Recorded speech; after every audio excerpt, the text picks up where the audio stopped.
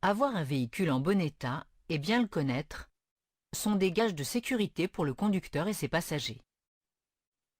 Avant de monter dans ma voiture, j'en fais le tour afin de vérifier qu'un pneumatique n'est pas à plat ou dégonflé, qu'un feu n'est pas cassé ou endommagé, qu'il n'y a pas des fuites de liquide sous le véhicule. Je vérifie aussi l'espace libre autour de mon véhicule. Je tiens compte de présence d'obstacles tels que des bornes ou des véhicules stationnés par exemple. Avant de démarrer, je m'installe correctement et je me pose quelques questions simples. Les passagers ont-ils tous bouclé leur ceinture? Les portes sont-elles bien fermées? Les bagages bien calés? Je mets le contact. Des cadrans et des voyants me renseignent sur les différents éléments du véhicule. Je dois en connaître la signification. La couleur orange informe des éléments de sécurité importants mais non dangereux. La couleur verte indique le fonctionnement des feux du véhicule. La couleur bleue signale uniquement le fonctionnement des feux de route. La couleur rouge indique un danger s'il s'allume en circulation. Si un de ces voyants rouges s'allume en circulation, le conducteur doit s'arrêter dès que possible, sous peine d'endommager définitivement le véhicule. Lorsque j'allume le contact, tous les voyants s'allument, puis ils s'éteignent. Je démarre le moteur. Seul le voyant rouge indiquant que le frein à main est en service reste allumé. Si un autre voyant de toute autre couleur est allumé, je dois savoir quelle attitude adopter. Voyant de jauge de carburant allumé, je suis sur la réserve. Voyant de dégivrage arrière, je l'éteins dès que les vitres sont nettes. Je réalise le contrôle des niveaux et l'entretien régulier du véhicule, une fois par mois ou tous les 1000 à 1500 km. J'adopte quelques règles qui me permettent de faire un contrôle rigoureux. Je place le véhicule sur un sol plat, le moteur est froid et je procède toujours dans le même ordre pour ne rien oublier. Le contrôle du niveau d'huile se fait à l'aide d'une jauge comportant des repères minimum et maximum. Le niveau doit se situer près du repère maximum. Si cela est nécessaire, le niveau se complète avec une huile préconisée par le constructeur. Aujourd'hui, la plupart des véhicules récents sont équipés d'un affichage digital qui permet de contrôler le niveau d'huile au démarrage.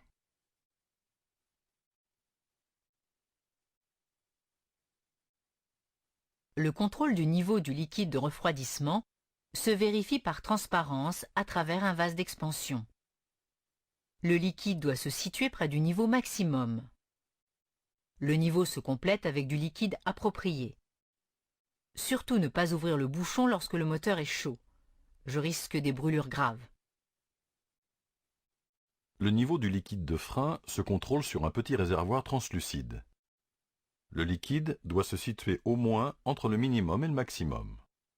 En cas de baisse importante, il faut faire vérifier le système de freinage et effectuer les réparations nécessaires. Beaucoup de batteries, dites sans entretien, équipent les véhicules récents et ne nécessitent aucun contrôle particulier. Elles se reconnaissent par la mention « sans entretien ». Sur les batteries classiques, le niveau doit se situer environ 1 cm au-dessus des éléments. Pour faire l'appoint, il ne faut rajouter que de l'eau déminéralisée. Le niveau du lave-glace se vérifie par transparence.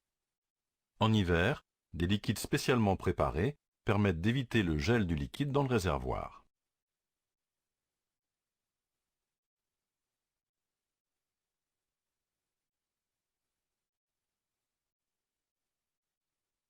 D'autres équipements extérieurs sont aussi à vérifier régulièrement. Les balais d'essuie-glace avant et arrière.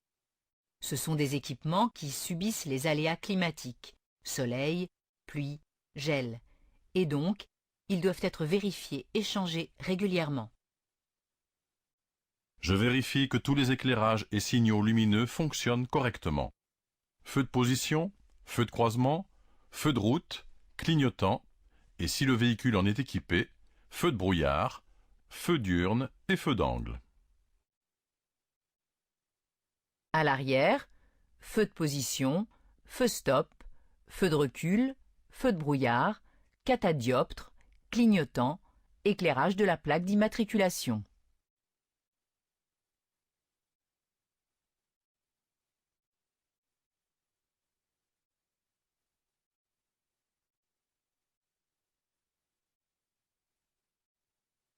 Les pneumatiques jouent un rôle essentiel dans la sécurité. Ils sont composés d'une structure, la carcasse en câble, enveloppée dans une gaine de caoutchouc très résistant.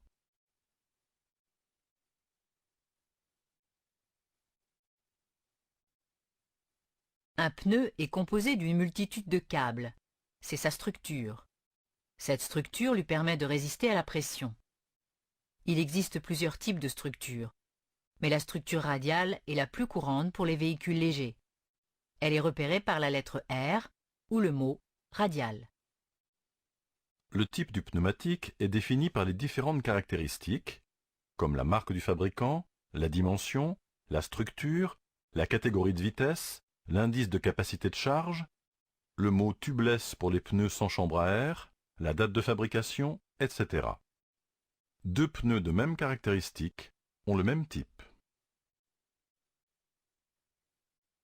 À retenir, les 4 pneumatiques doivent être de structure identique sur les 4 roues et de type identique sur un même essieu, c'est-à-dire sur les roues avant ou arrière. De plus, le sens de montage doit être respecté. Les sculptures sont les rainures ou les dessins de la bande de roulement. Elles facilitent l'évacuation de l'eau. Elles doivent être apparentes sur toute la surface de la bande de roulement et ne pas avoir une profondeur inférieure à 1,6 mm. Mais je remplace mes pneus bien avant d'avoir atteint ce seuil. Des indicateurs placés sur l'épaule du pneumatique permettent de repérer les témoins d'usure. Un triangle, le symbole du fabricant ou des lettres TWI. Les témoins d'usure sont constitués par des bossages situés à l'intérieur des rainures de la bande de roulement. Je peux ainsi estimer aisément l'usure du pneumatique. Enfin, pour conserver une bonne tenue de route, les pneumatiques d'un même essieu doivent avoir une usure à peu près identique. La différence entre la profondeur des rainures principales ne doit pas dépasser 5 mm. Le rôle des pneumatiques est d'adhérer au sol, de guider le véhicule, de porter la charge, d'amortir les chocs, d'aider au freinage. Je suis donc très attentif à leur entretien. Je vérifie la pression environ une fois par mois, particulièrement avant un trajet à haute vitesse ou en cas de charge importante. Cette vérification s'effectue à froid ou lorsque les pneus ont peu roulé.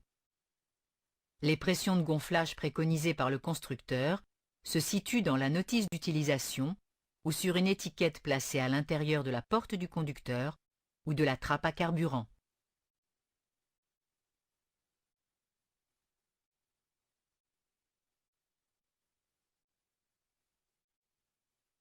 Une pression correcte assure l'adhérence et la longévité du pneumatique. A l'inverse, le sous-gonflage entraîne une usure plus rapide, une surconsommation de carburant, un échauffement anormal risquant d'entraîner un éclatement. L'aspect général du pneu. Il ne doit comporter ni déchirure, ni déformation importante, et ne laisser apparaître aucune toile. Une usure plus prononcée sur un côté indique un défaut de parallélisme. Le véhicule tire alors plus à droite ou plus à gauche. En cas de changement de pneumatique, la valve est changée car elle assure l'étanchéité. L'équilibrage des pneus doit être fait pour éviter les vibrations. Les pneumatiques neufs se montent de préférence à l'arrière, car ils permettent une meilleure adhérence. L'hiver, conduire par temps de neige ou de verglas est difficile. Des équipements spéciaux facilitent la circulation. Les chaînes à neige ne sont autorisées que sur les routes enneigées. Parfois, un panneau signale que leur utilisation est obligatoire sur au moins 2 roues motrices. La vitesse maximale conseillée est de 50 km/h.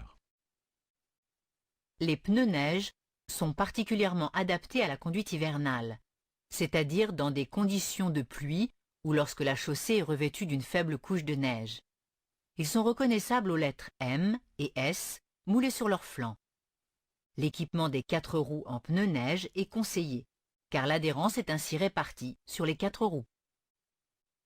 Lorsque le panneau obligeant l'utilisation des chaînes à neige est complété par ce panonceau, alors l'utilisation des pneus neige sur la route en question est autorisée.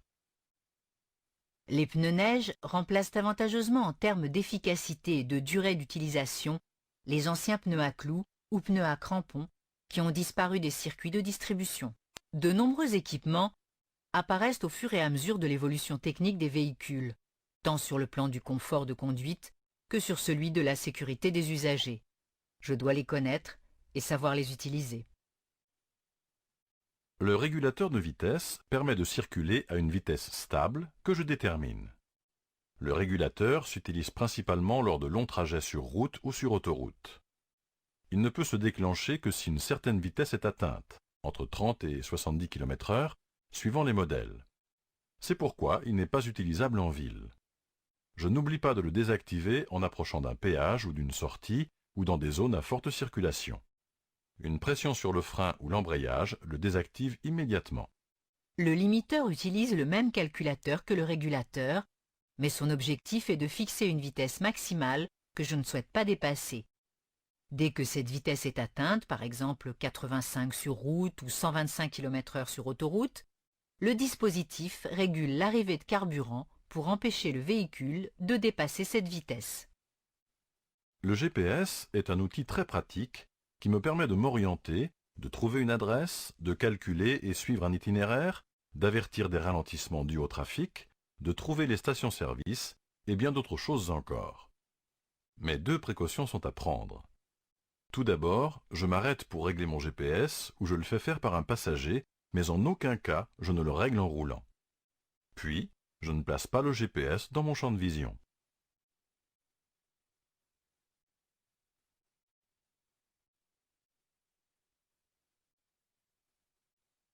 Plusieurs systèmes me permettent de téléphoner en ayant les mains libres pour conduire. Bluetooth, filaire, intégré dans le véhicule ou dans le GPS, c'est autorisé. Mais le mieux est d'éteindre le téléphone et de laisser la boîte vocale répondre. Si toutefois je dois répondre à un appel, je choisis de m'arrêter. En effet, l'utilisation d'un mobile en conduite me distrait totalement de ma tâche de conduite et diminue fortement mon attention. Beaucoup d'écrans peuvent aussi se brancher dans le véhicule, écran DVD, téléviseur, ordinateur portable, tablette PC. Ces écrans ne sont acceptables que pour les passagers et les enfants. Seuls les équipements d'aide à la conduite sont autorisés pour le conducteur. D'autres équipements commencent à arriver dans les véhicules. C'est le cas des caméras de recul qui me permettent de voir une partie de l'environnement arrière du véhicule et de pouvoir faire la manœuvre avec plus de sécurité. Cependant, je ne fais pas une confiance aveugle dans cette technologie et je fais l'effort de me retourner pour avoir un regard direct, bien plus fiable que n'importe quelle caméra. Les détecteurs de radar, les brouilleurs de radar et autres gadgets anti-flash sont strictement interdits et les sanctions sont très graves. Cependant, des outils d'aide à la conduite axés sur la technologie GPS peuvent me permettre d'être averti des sections de voies dangereuses et des points de danger précis. Après une infraction grave relative à la conduite sous l'influence de l'alcool, mon véhicule peut être équipé d'un éthylotest anti-démarrage. Ce dispositif oblige le conducteur à utiliser l'éthylotest électronique avant de pouvoir démarrer son véhicule.